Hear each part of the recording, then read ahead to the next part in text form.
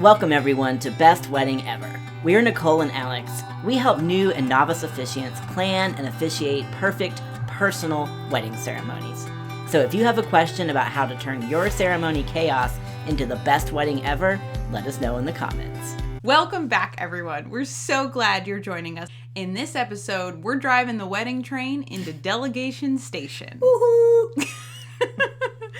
Here's what we mean. Our question comes from an officiant who writes, "My couple isn't going to have a wedding planner or a day of coordinator. How can I make sure this ceremony runs on time and people get where they need to go without taking on all the work myself?" Now, don't judge. Just because they're not having a wedding coordinator, they're still a good person. Don't judge. Don't judge.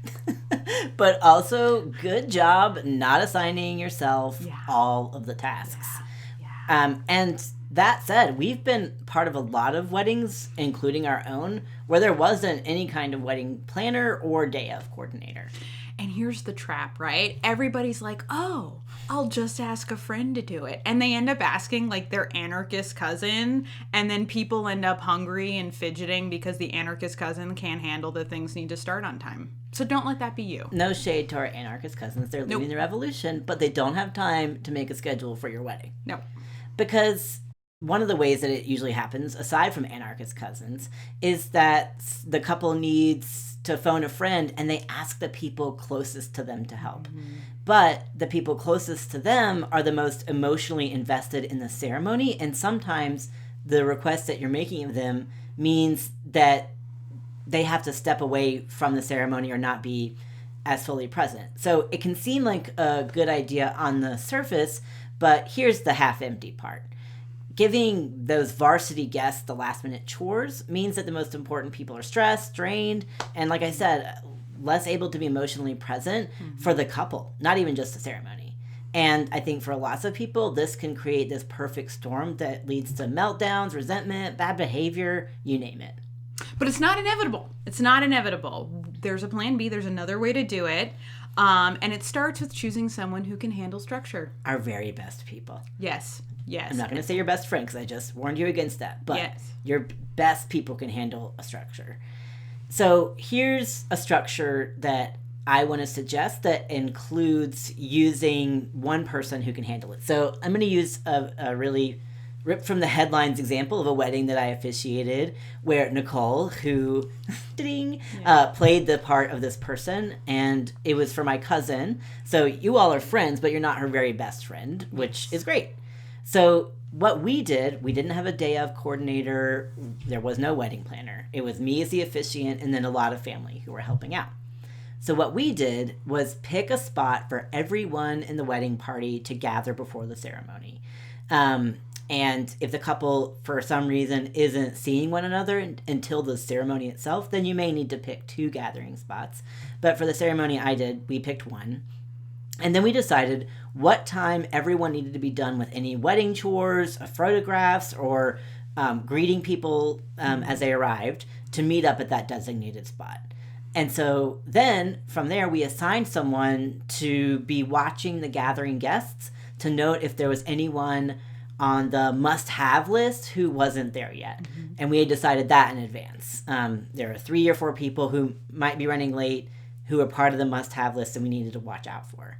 Mm-hmm. So once those people arrived, Nicole had been the lookout. The person that you assigned that task to came to the wedding meetup spot and then helped us escort the wedding party to our second... Herd the cats into the second meetup, where we got in line and got ready to go into the ceremony space. Fortunately, there was a little place near the entrance of the space where we can kind of be out of sight. Because if any guests see the, people getting married as they walk in, like suddenly you're in the receiving line before the wedding's even done. Mm-hmm. So, pro tip, one thing that we always advise is starting the ceremony a few minutes late, because some of those must-have guests or even the stragglers are going to be running from the parking lot. And so you can actually have your lookout person look and see, have most of the guests come in from the parking area? Is everyone seated? Are we ready to go? And then they can give the signal that it's time to either walk down the aisle or however you're getting to the front of the ceremony space can start to happen. So it was a really simple thing to have one person kind of play this role. It didn't take a lot away from your experience of the ceremony. You already had a seat assigned, but it was really helpful when we were in our little hiding spot to have someone else with eyes on what was going on. And then the couple didn't have to worry because they're like, oh, somebody's going to get me. Exactly. All right, so let's go through that again because there was a lot. So first, you're going to choose somebody who can handle structure. This is what your type A friends are good for. This is why you. They may have a list or a clipboard. Oh, or a spreadsheet. I'm just saying. Okay, so you pick. So once you have your person, you pick a spot in the venue where everyone's going to gather. Then what happens? And then you gather. Okay. You double check that the must-have guests have arrived. Okay. You cat herd up to the ceremony or close by. Okay. Get in line, and then enter into the ceremony. And then start a little bit late because no one wants to be walking down their aisle and there's the guests coming in from the parking lot, sneaking in behind them. Yeah, we've seen that picture. Unless you really want to make someone feel awkward, and that might be your goal. So, finally, in closing, you don't need to be scared just because this person isn't going to have a day of coordinator, and you don't need to take on all the tasks yourself. We gave you the little checklist. The most important thing will be choosing somebody who can handle the responsibility and who, will signal people correctly and, not get distracted. But it's great that you're thinking ahead like this because it's going to save you a lot of trouble down the road. And honestly, we can't wait to hear how your ceremony turns out. So please let us know. Rock on, Rebel. Thanks so much for joining us, officiants. If you have a question or a tricky situation we might help you navigate, please reach out by leaving a comment below or emailing us through our contact form at rebelheartrituals.com.